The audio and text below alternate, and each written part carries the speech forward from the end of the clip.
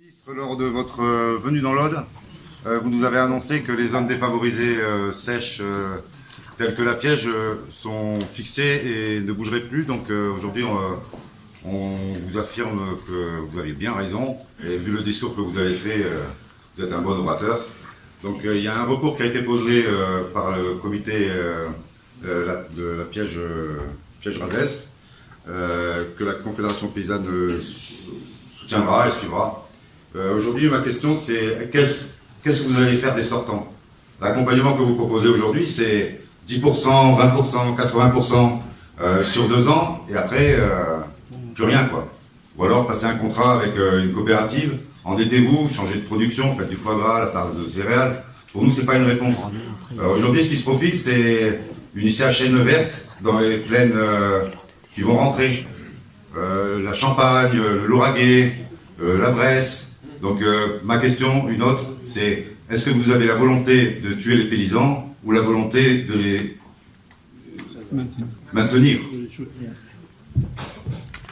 Merci monsieur. Je connais assez bien votre dossier parce que j'ai eu l'occasion d'en parler avec l'ensemble des agriculteurs du terrain, et tous les paysans pensent la même chose là-bas, d'ailleurs comme dans toutes les zones. Bon, il y a une carte qui a été validée par la Commission européenne. Il y a en gros 14 000 communes qui rentrent et 7 000 qui sortent. Bon. Enfin, ceux qui rentrent, on les entend pas et c'est bien normal, ils sont pas là pour dire merci, mais enfin, il y en a quand même 5 ou 6 000 communes qui rentrent et des centaines de paysans qui y rentrent. Faut quand même dire des choses. Donc les céréaliers du Lauragais. Oui, par contre, je vais vous répondre très tranquillement. Par contre, il y a à mon avis des choses qui vont pas. Et notamment 2 ou 3, j'ai le prompteur encore qui arrive, enfin là je connais bien le dossier, 2 ou 3 sujets qui vont pas, c'est la Piège et les coteaux du Béarn. Et moi je vais vous le dire très tranquillement. Piège et coteaux du Béarn, c'est anormal la carte qui a été mise en place. Je l'assume totalement puisque j'ai validé cette carte. Donc j'ai souhaité augmenter les aides, et pas uniquement de vouloir tuer les paysans, mais d'augmenter les aides.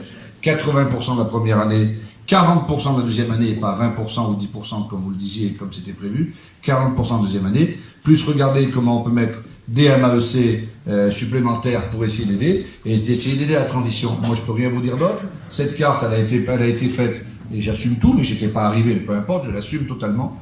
La carte, elle a été faite, elle a été validée par l'Union européenne, on peut rien faire d'autre. Donc moi, mon objectif, c'est d'aider les sortants. Il y a des sortants qui ne disent rien. Et c'est bien normal. Enfin, ils disent rien, ils ne sont pas contents de sortir. Enfin, il y a quand même des logiques. Mais il y en a où c'est un peu plus compliqué à expliquer. Et je reconnais que chez vous, c'est un peu plus compliqué à expliquer. C'est pour ça que je vais avoir un œil très particulier pour essayer d'avancer et de vous aider dans ces zones.